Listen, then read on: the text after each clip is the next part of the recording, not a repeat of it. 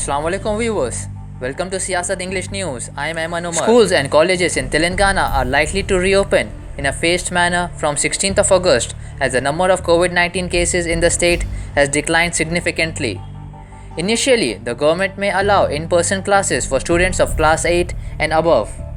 A proposal to reopen the educational institutions that was submitted by the Education Department is awaiting the Chief Minister's nod. However, the schools may have to continue with online classes for the students of class 1st to 7th for a few more months.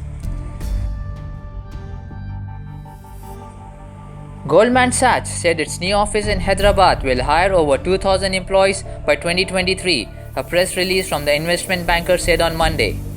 The company on Monday announced the opening of its new office as part of its commitment to expand its global center for engineering and business innovation in India. The new facility was inaugurated by Telangana IT and Industries Minister K.T. Rama Rao. Chairman and Chief Executive Officer David M. Solomon said the new office will serve as a crucial innovation hub for a wide range of Goldman Sachs businesses and enhance its reputation as a global firm.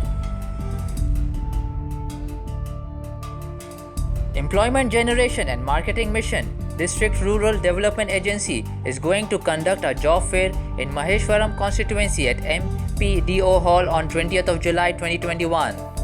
In the job fair, 10 companies are going to conduct interviews to fill 3,500 vacancies.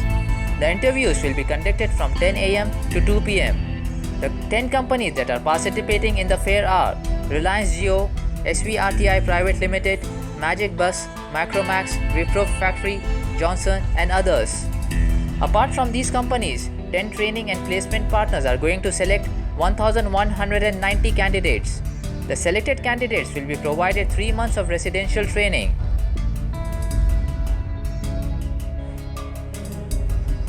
The Congress Party demands implementation of flood relief announcement made by the TRS government last year. The AICC spokesman Dr. Sravan wrote to the Minister of Information Technology and Municipal Administration K.T. Rama Rao to implement 10,000 rupees monetary relief to last year's flood victims as promised by the TRS government prior to the GHMC elections. The relief money distribution process was stopped due to the elections. The government had promised that the relief amount shall be released to the victims immediately after the election. The flood victims are still anxiously waiting for the relief amount. The Union government has collected 94,181 crore rupees through levy of excise duty on petrol and diesel in the first 3 months of the current fiscal on the back of a record tax on fuel that yielded 88% higher revenue the previous financial year, the Lok Sabha was informed on Monday. Excise duty on petrol was hiked from 19 rupees 98 paisa per litre to 32 rupees 9 paisa last year to recoup gain arising from international oil prices plunging to multi-year low as pandemic gulped demand. The same on diesel was raised to 31 rupees 8 paisa from 15.83 paisa a litre, according to a written reply by the Minister of State for Petroleum and Natural Gas Rameshwar Telly in the Lok Sabha. This led to excise collections on petrol and diesel jumping to 3.35 lakh crore rupees in the month periods of April 2020 to March 2021 from 1.78 lakh crore rupees a year back. Billionaire non-resident Keralite businessman M.A. Yusuf Ali has announced that he would settle the dues of a woman who was evicted from the Greater Cochin Development Corporation from a shop at Kochi for non-payment of rent. Prasanna had to pay 13,800 rupees per month as rent, but due to the COVID-19 pandemic and the footpath maintenance work, she was not able to open the shop and hence not able to pay the rent.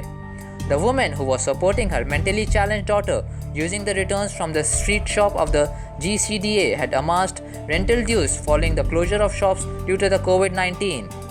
On hearing her misery, Yusuf Ali immediately deputed his Kochi office staff to meet the woman and promised her help. The amount of 9 lakh rupees as rent arrears would be paid by the Lulu Group on Monday. An additional amount of 2 lakh rupees would be handed over to Prasanna to help her run the street shop where she was selling refreshments and juices.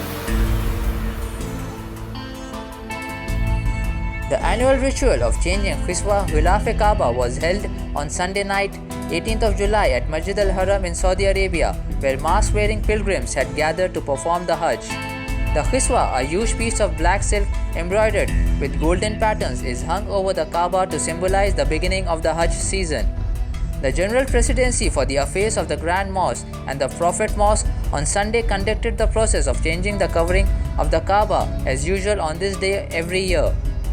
Each year, the streets of Makkah usually draw more than 2 million pilgrims. Only 60,000 pilgrims were allowed to participate this year so as to prevent the deadly outbreak during the 5-day pilgrimage. That's it for today. Thank you, viewers.